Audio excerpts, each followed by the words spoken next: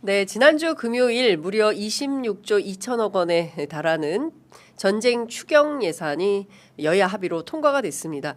지금부터 국회 예결위원장 맡고 계신 더불어민주당 진성준 의원님 모셔서 추경 협상 과정 어땠는지 또 내용 살펴보도록 하겠습니다. 어서 오십시오. 네, 안녕하세요. 오랜만에 뵙습니다, 위원장님. 예. 그 사이에 예결위원장님이 되셨어요. 네, 그렇습니다. 네. 보궐 예결위원장. 예. 그래도 엄청난 업적을 오시자마자 달성을 하신 겁니다. 29일 만에 통과됐으니까 예전 같으면 이게 원내에서 워낙 일을 많이 하셨기 때문에 비교적 빠른 축에 속한 거 아닙니까? 과거에도 추경 처리를 협상. 많이 했는데 예. 사안이 아주 긴급한 경우에는 국회에 제출된 지 한 11일 만에 처리된 예가 있어요. 근데 이제 이번에도 국회에 제출된 지 11일 만에 처리가 되었습니다. 29일이 이거는 상정부터인가 보죠?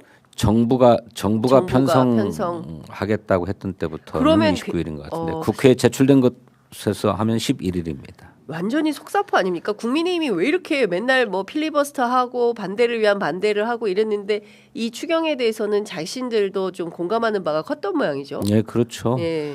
뭐 종합정책 질의 과정에서도 그렇고 또 상임위원회 예비심사 과정에서도 그렇고 추경이 필요하다는 데는 인식을 같이 한다는 원칙적인 입장을 계속 피력했기 때문에 지금 시기에 추경이 반드시 필요하고 또 이걸 통해서 고유가로 고통받고 있는 국민을 지원해야 된다라고 하는 데에는 여야가 모두 인식을 같이 했습니다. 네.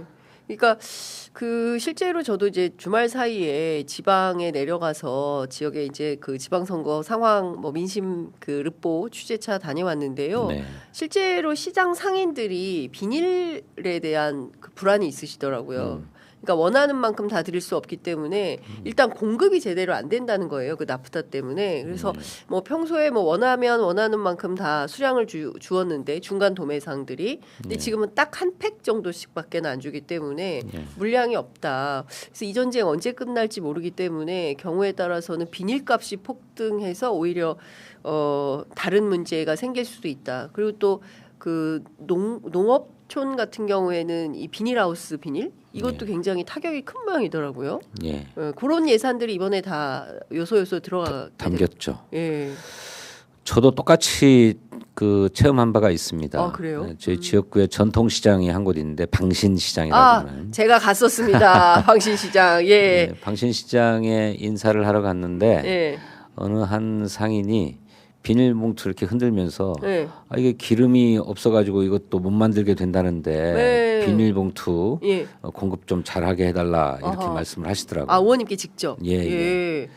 그리고 어느 날 밤에 제 아내의 심부름으로 쓰레기 봉투가 다 떨어졌다고 종량제 봉투를 좀 사오라고 그래가지고 저 아파트 앞에 슈퍼에 갔어요. 그 종량제 봉투 하나 주세요. 그랬더니 다 떨어졌다고. 이상하게 이번에는 뭐 한 팩씩 사가는 게 아니라 막 2팩, 3팩씩 이렇게 사재기. 사갔다고. 근데 이제 당신은 무심코 이렇게 팔았는데 나중에 보니까 그러면 그냥 한 팩씩만 이렇게 팔 것을 그랬다고 다 떨어졌다고 그렇게 얘기를 하시더라고요. 그거 어떻게 하셨습니까? 쓰레기를 종량제 봉투가 없어져서? 이제 뭐 다 떨어져서 이제는 해야 되긴 했지만 뭐 이렇게 그 다음 날 구할 수 있었어요. 그 다음 날 구할 수 있었는데. 근데 그 순간 사지 못하는 이를테면은 뭐 출근해야 되는 그 직장인 가족 같은 경우에는 불편함이 있었겠죠. 불안하셨을 다른 비닐봉투에 담아뒀다가 이제 구하면 이제 했든지 또 이제 정부도 예, 그런 지침을 내렸습니다. 종량제 봉투 공급이 안 될 경우에는 그냥 일반 봉투에 담아서 버려도 다 수거해 가겠다라고 하는 지침을 내렸기 때문에 뭐 종량제 봉투가 없어서 그러면 쓰레기 어떻게 치우냐 뭐 걱정은 안 하셔도 됩니다. 맞습니다. 근데 이제 근본적으로는 말씀하신 대로 그 나프타를 원료로 하는 플라스틱 제품, 비닐 제품이 굉장히 많이 사용되고 있는데 뭐 차제의 플라스틱 사용도 좀 줄여야 되겠습니다만은 맞아요. 나프타 수급을 위해서 정부가 최선을 다하고 있고 중동에서 우리나라에 도입되는 나프타가 한 35% 가량 차지한다고 해요. 네네. 그러니까 중동에서는 지금 못 들어오고 있는 상황이니까 다른 공급선을 발굴해서 예. 공급을 하려고 하는데 그런 만큼 또 가격이 많이 뛰었습니다. 이 가격을 보전하고 지원하기 위한 예. 예산을 이번 추경에 예. 편성했죠. 근데 26조 6천억 정도면 그래도 넉넉하고 충분한 추경이다 이렇게 봐야 되겠습니까? 아니면 이 전쟁이 장기화되면 경우에 따라서 또 추경할 수도 해야 되지 않을까라는 우려하시는 분들도 계시던데요. 그러니까 진짜 추경해놓고 돌아서니까 또 추경 얘기를 하게 돼서 좀 중동 민망합니다만. 사태로 인한 충격이 네. 우리 산업 경제 전반에 걸쳐 있고 또 어느 국민 한 분이라도 예외 없이 다 영향을 받을 수밖에 그렇습니다. 없으니 충분한 지원이냐 하면 그렇지는 못하죠. 뭐 대표적으로 고유가 피해 지원금도 네. 소득 하위 70%의 국민에게만 그 차등적으로 네. 지급하기로 하지 않았습니까? 예. 소득 상위 30%에 계신 분들은 그러면 고유가에 따른 피해가 없나요? 아니죠. 피해가 있죠. 똑같이, 예. 당연히 지원해야 맞습니다만 그분들은 상대적으로 고유가에 의한 어려움을 뭐 극복할 수 있는 여유가 있지 않느냐 이런 네. 판단으로 이제 소득 하위 70%만 하기로 한 것이잖아요.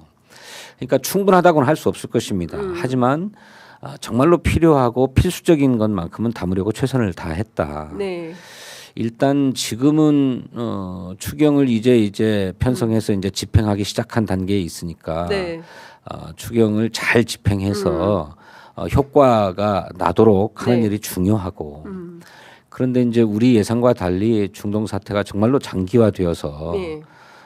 뭐 이런 상황이 계속된다면 뭐 추가 추경이 필요한 상황이 올 수도 있지요.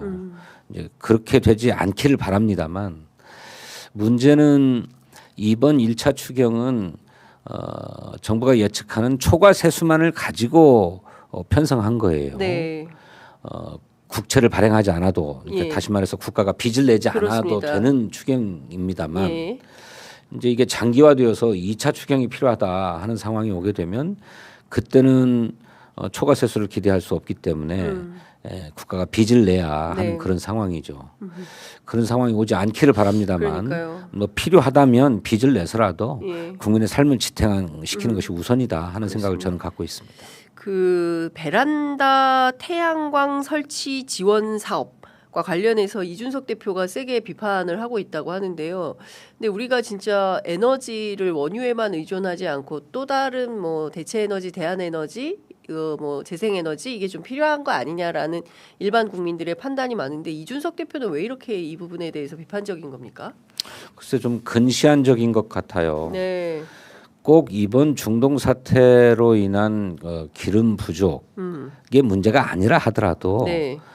지구 온난화를 막기 위한 탄소 중립을 실현하기 위해서라도 대체 에너지가 필요하고 재생에너지 비중을 늘려가는 일이 네, 필요하죠. 네, 그렇습니다. 그래서 NDC라고 하는 국가 탄소 저감 목표가 네. 연도별로 다 정해져 있잖아요. 예. 근데 우리에게 이게 상당히 벅찬 일이긴 합니다. 근데 이걸 하려면 네. 재생에너지 비중을 그만큼 줄이고 예. 화석 연료, 예. 다시 말해서 석유와 석탄을 예. 사용을 확 줄여야 된다는 그렇죠. 거거든요. 맞습니다.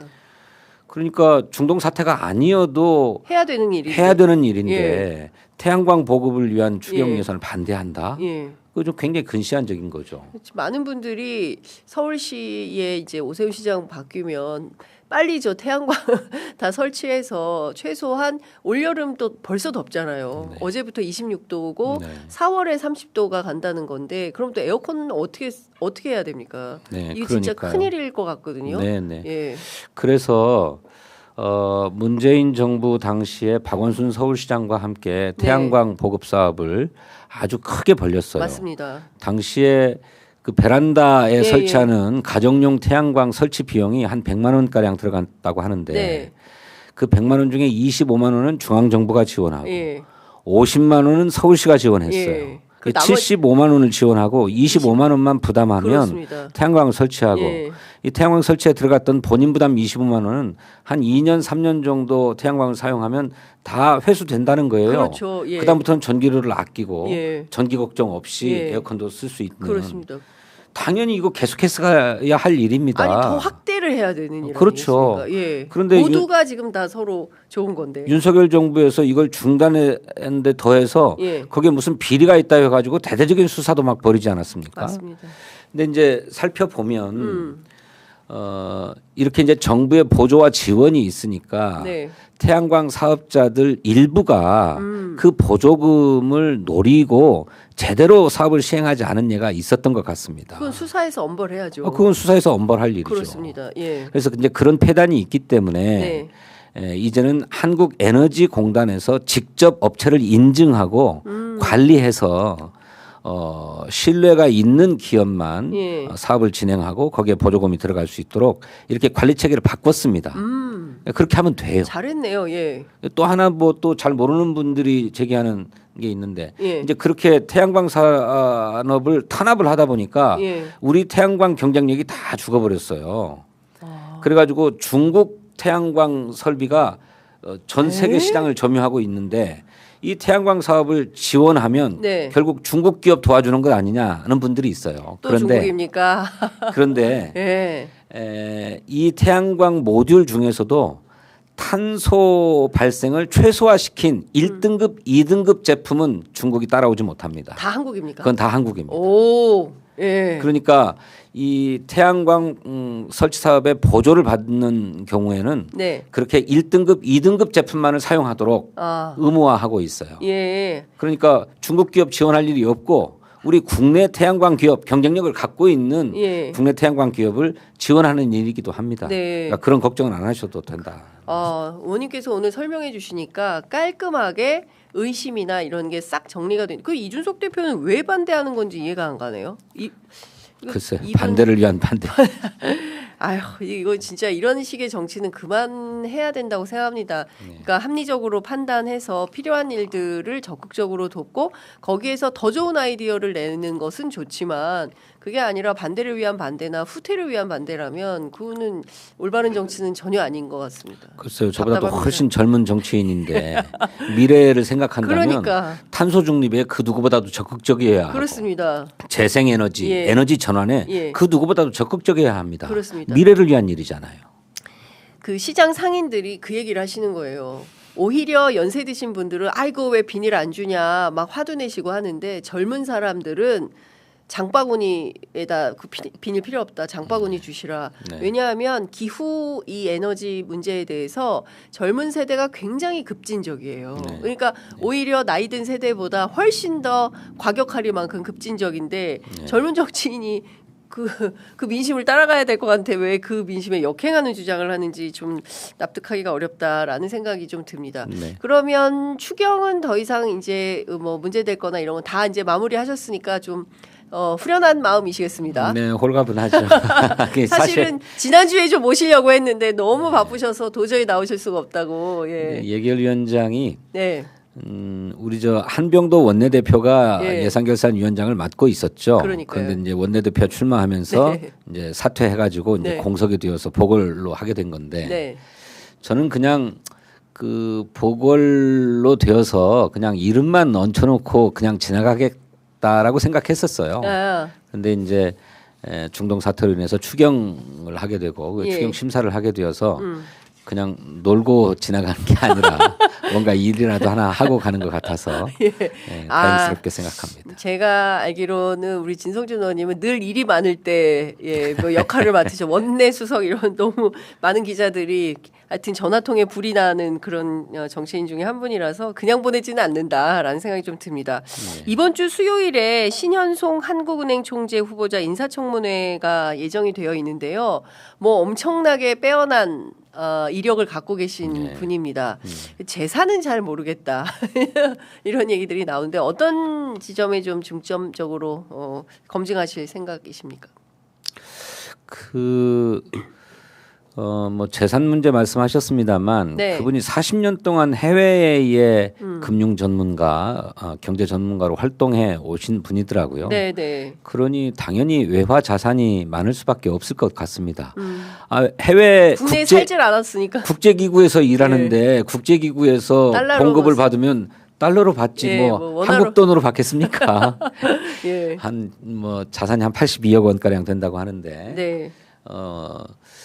그래서 이제 뭐 그 보도에 의하면 56% 정도가 외화 자산으로 이루어졌다고 하는데 당신도 그런 사실들을 잘 알아서 네. 외화 자산을 처분하고 있다고 해요. 뭐 자산 포트폴리오 때문에 네. 영국 국채도 보유하고 있었다고 하는데 그 처분했다고 합니다. 예, 예. 그리고 또 나머지 외화 자산들도 예. 처분하고 예. 정리하겠다. 예.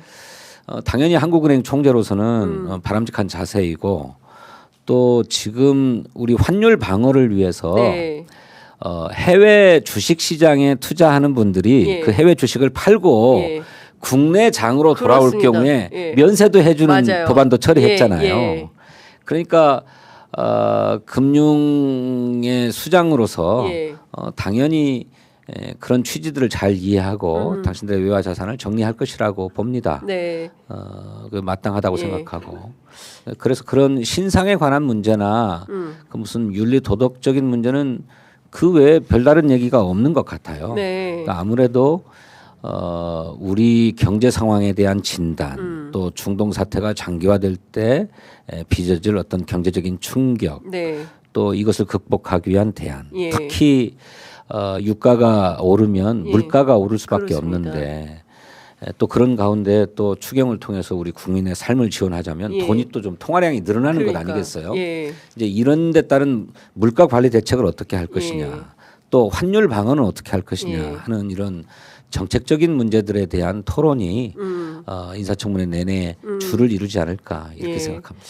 사실 그 많은 그 국민들께서 제일 개탄했던 게 우리가 그 계엄 때 최상목 당시 경제부총리가 달러가 폭등하고 환율이 폭등할 때 미국 국채를 보유하고 있었다라는 점이 드러나서 엄청나게 비판을 많이 받았었는데 네.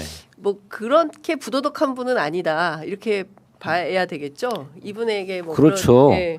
국내에서 살고 활동하면서 뭐 그렇게 뭐 달러 자산을 많이 보유하고 있다고 하면 그건 좀 이 사람은 최상목 달러에 진심인 같으면- 사람이구나 하겠지만 그렇죠. 예. 근데 해외에서 40년을 봉급을 달러로 받는 분에게 예. 뭐라고 하겠습니까? 그렇죠. 근데 이제 앞서 말씀 주신 대로 지금 이 전쟁이 장기화될 가능성이 있고 쉽게 끝날 것 같지가 않다. 벌써 이제 한 달이 넘어가고 있는 상황이기 때문에 그런 차원에서 오늘 보니까 또 달러도 이제 소폭 올라가는 물론 이제 정부 차원에서 방어는 하고 있지만 이 문제가 상당히 큰 이슈가 될 것 같다라는 생각이 좀 들기도 하는데요. 그 이분께서 어떤 아이디어를 갖고 계신지는 모르겠습니다. 글쎄요, 이게 환율 방어가 네. 뭐 수단을 막 강구하자면 왜 없겠습니까마는 네. 정부가 직접 환율 시장에 개입하는 건 굉장히 신중해야 합니다. 그 환율 조작 국가가 돼버려요. 아, 해외에서 보기에. 그렇죠. 예. 그 미국은 지금도 예. 우리나라를 환율과 관련해서 관심 국가로 그렇죠. 지정해 놓고 예. 있단 말이죠. 그러니까 환율이 너무 오르면 우리의 경제에 부담이 되기 때문에 또 환율이 낮은 것도 마찬가지고 그렇기 때문에 적절하게 관리해야 될 책임은 정부에 있습니다만 네. 그렇다고 해서 너무 과도하게 지나치게 개입하게 되면 그건 그 시장을 조작하는 국가로 되기 때문에 바람직하지 않습니다. 네. 그러니 환율 관리 수단이 제한적이죠. 그래서 더 능력이 요구되는 것 같습니다. 네. 그래서 이 그 새 총재 후보자와 인사청문회는 그런 문제를 좀 심도 있게 토론하는 자리가 돼야 될 거라고 생각하고요. 예. 이제 지금 언론을 통해서 또는 서면 답변을 통해서 우리 후보자가 내놓고 있는 말씀들을 들어보니까 상당히 냉정한 분이세요. 아, 냉정한 사람. 네, 아주 냉철하고 냉정한 분이어서 예. 우리 경제를 당신의 진단대로 예. 가감 없이 예. 말씀하시는 분 같아요. 이를테면 우리 경제 성장률을 네. 올해 경제 성장률 한 2.0% 정도로 정부는 전망하고 있고 한국은행도 그렇게 전망하고 네. 기대했는데 예. 우리 경제가 올해 경제 성장률 2.0%를 달성하지 못할 것 같다. 낮춰야 한다. 목표를. 낮춰질 것이다. 예, 낮춰질 거다. 이렇게 딱 예. 짚어서 얘기하시더라고요. 예. 이제 책임을 맡을 분들은 예. 이것이 미칠 시장의 영향이나 예. 국민 경제 심리의 영향을 생각해서 예. 애둘러 얘기하기 마련이거든요. 조금 인사청문회 통과도 안 됐기 때문에 조금 애둘러서 예. 이렇게 얘기하기 마련인데 예. 당신은 아주 냉정하게 또 이렇게 딱 현실을 직시해야 한다 이런 그렇죠. 거죠. 그렇게 얘기하죠. 예. 또 물가도 마찬가지입니다. 예. 물가도 한국은행은 올해 우리나라 물가 인상률의 목표를 예. 2.2%로 잡고 있어요. 그런데 예. 이거보다 더 오를 것이다. 물가가 더 올 거다. 2% 중후반대에 달할 것이다. 예. 상당히 우려스러운 거죠. 예. 이걸 그렇게 얘기하는 거예요. 그냥 사실대로. 솔직하고 정직한 거죠. 그리고 아주 냉정한 거죠. 이런 냉정함이 한국은행 총재는 필요하다고 생각합니다. 오히려 그럼 정치하는 게 아니잖아요. 굉장히 신뢰를 줄 것 같은. 정확하게 진단해서 네. 정확하게 처방하도록 해야 되죠. 예. 그런데 이제 다행인 것은 예. 그렇다고 해서 우리 경제가 스태그플레이션에 빠지지는 않을 것이다. 그러니까 경제 성장이 전혀 이루어지지 않고 네. 경제가 막 침체하고 그런데 물가는 막 오르고 그렇습니다. 그러면 진퇴양난에 빠지는 거거든요. 예. 그래서 인플레이션이 있고 디플레이션이 있는데 이도 저도 아닌 예. 그렇지만 정말 곤란한 예. 상황을 스태그플레이션이라고 부르는데 우리 경제가 그런 상황에 빠지지 않을 것이다. 또 딱 진단을 하세요. 저는 아주 기대가 큽니다. 그 인사청문회장이 정책에 대해서 좀 심도 있게 토론하는 네, 그런 그런 장이 될 될 것 것 같다. 그동안 우리 정치에서 잘 못 보던 그렇죠. 막 거의 볼 수 없는 뭐 부인이 어땠네, 아들, 뭐 딸까지 군대를 다 갔네 안 갔네, 뭐 주식이 얼마짜리 뭐가 있네, 부동산이 몇 채네, 주로는 이제 그런 검증인데 이번에 한국은행 총재 후보자인 신현송 후보자의 경우에는 굉장히 고급진 정책 토론이 될 것 같다. 그렇지 않을까 저는 그렇게 예상합니다. 설레시는군요. 예, 대한민국 정치가 굉장히 업그레이드되는 느낌도 듭니다. 저는 신현송 후보자하고 예. 그런 정책 토론을 할 만한 실력은 없는데 대단히 예. 기대가 돼요. 그렇군요. 저희도 기대가 됩니다. 어떤 내용이 될지 저희도 라이브 중계로 지켜보도록 하겠습니다. 그 부동산 문제와 관련해서 이재명 대통령 진짜 진심이시잖아요. 그래서 네. X에 계속 글을 올리고 있는데 이번에는 투기 목적 비거주 1주택 요것도 가만두지 않겠다라는 입장이 아주 분명하게 나왔습니다. 네. 이것도 규제하겠다라는 건데요. 이 정도 되면 그 사실 민주정부에서 부동산 정책 때문에 제대로 안 돼서 굉장히 어려움을 많이 겪었는데 이번에는 좀 제대로 부동산이 잡힐 것인가. 그 상당히 이제 안정화되는 것 같긴 합니다만 어떻게 보고 계세요? 네, 뭐 안정화되고 있는 추세다라고까지 지금 얘기하기 조금 그렇습니다. 섣부릅니까? 예. 다시 조금씩 오른다라고 하는 얘기도 들리고 있거든요. 저는 좀 더 종합적이고 근본적인 처방들이 마련돼야 된다 이렇게 생각해요. 지금 낙관하기 어렵다. 네. 대통령의 의지가 분명한 만큼 예. 뭐 계속 드리는 말씀입니다만 저는 세제 조치도 예. 반드시 수반돼야 된다 네. 이렇게 생각해요. 정부는 해마다 7월이면 다음 연도에 적용할 세제 개편 방안을 연례적으로 발표해 왔어요. 그렇게 해서 이제 발표하면 뭐 여러 가지 의견들이 제출될 것 아닙니까? 네네. 이제 그런 의견들을 수렴해서 정기국회가 시작되면 그때 정부의 세제 개편안을 담은 법안을 네. 세법 개정안을 제출하죠. 그래서 이제 국회에서 의결되면 이제 다음 연도부터 새로운 그 세금 제도를 시행하게 되는데 네네. 그러니까 올해도 이번 지방선거가 끝나고 나면 7월이면 네. 재정 당국에서 내년도 세제 개편 방안을 발표하게 될 거예요. 저는 여기에 네. 부동산 세제가 담겨야 된다고 생각합니다. 근데 큰 방향은 거래세는 낮추고 네. 보유세는 높인다. 예. 이거는 부동산 세제의 뭐 철칙 같은 것입니다. 아하. 그런데 우리는 이것과 좀 역행하는 측면이 있어요. 그래서 거래세는 낮추고 보유세는 높인다라고 하는 큰 원칙 속에서 네. 아주 대통령이 계속 주문하듯이 치밀하고 섬세하게 설계해서 이를테면 투기꾼들이 이용할 수 있는 빈틈이나 구멍이 없도록 만들어 가지고 내놔야 된다. 네. 저는 그렇게 생각합니다. 예. 이제 정말 센 정책, 그 어떤 투기꾼들도 감히 범접하기 어려운 센 정책이 나와야 된다.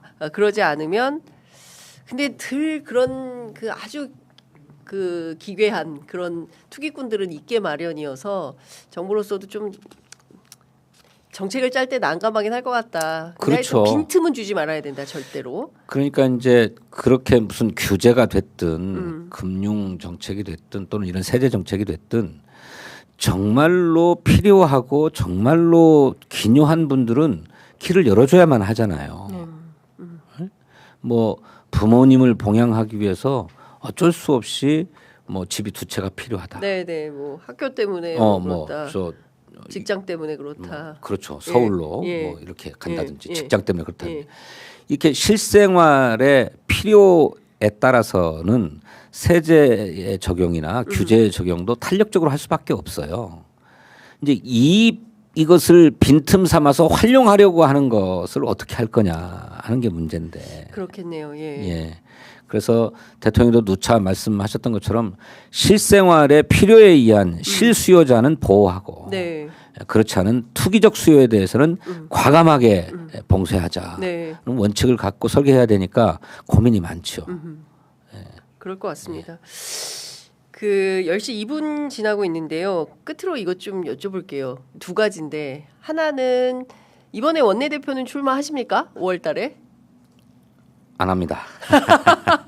그냥 예결 연장 열심히 하기로 네. 하신 겁니까? 네. 알겠습니다. 그리고 또 하나는 그 이스라엘에 대해서 대통령 주말 사이에 X에 글 올리신 거 있지 않습니까? 네. 사실은 청와대에 계시기도 했고 또 오랫동안 당직에 계시기도 했고 국회의원도 오래 하셨는데 어떻게 보셨어요? 뭐 일각에서는 뭐 외교 문제, 뭐 특히 뭐 국민의힘 또는 이제 보수지들은 뭐 왜 대통령이 직접 나서서 외교 문제를 만드느냐, 뭐 이렇게까지 외교 분란을 만드느냐 이런 주장을 하기도 하는데 어떻게 보셨습니까? 그걸 외교 분란이라고 보는 사람 자체가 웃긴다고 생각해요. 보편적 인류의 인권에 관한 문제 아닙니까? 네. 전쟁 중에도 부당하게 인권을 유린하면 그 전쟁 범죄로 취급됩니다. 그렇습니다. 국제 재판, 형사 재판을 받죠. 네. 그렇게 그 형사 재판감이 되는 그 인권 유린 또 인류 생존을 무참하게 유린하는 것에 대해서 이거 잘못됐다라고 지적하는 거잖아요. 그것에 대해서 그 이스라엘이 반성해야 된다, 성찰해야 된다라고 지적한 것 마땅히 해야 될 일입니다. 그동안에 우리 정부가 무슨 강대국들 눈치 보고 이해관계에 얽혀가지고 그런 목소리를 못 내고 그냥 뭐 줄타기 아닌 줄타기를 해왔죠. 그 참 부끄러운 일입니다. 네. 우리는 일본 제국주의자들이 강제 노역으로 끌고 가고 위안부로 끌고 간 데 대해서 강력하게 항의하고 맞습니다. 지금도 이것에 대해서 사죄하지 않는 일본에 대해서 분노하잖아요. 맞습니다. 그보다 더한 전쟁 범죄에 대해서 우리가 발언하지 않는다? 그 이중잣대 아닙니까? 맞습니다. 내로남불이고 예. 그런 것들을 청산하고 정상국가로 가는 과정에서 대통령의 워딩이 있었는데 이걸 네. 오히려 용기 있다고 칭찬하고 이걸 더 엄호하고 우리가 예. 그런 가치를 소중하게 여기는 국가가 되자. 네. 이제 세계 선도 국가가 되자라고 네. 하지는 못할 망정 외교 분쟁 일으켰다고 예. 트집 잡는 사람들. 예.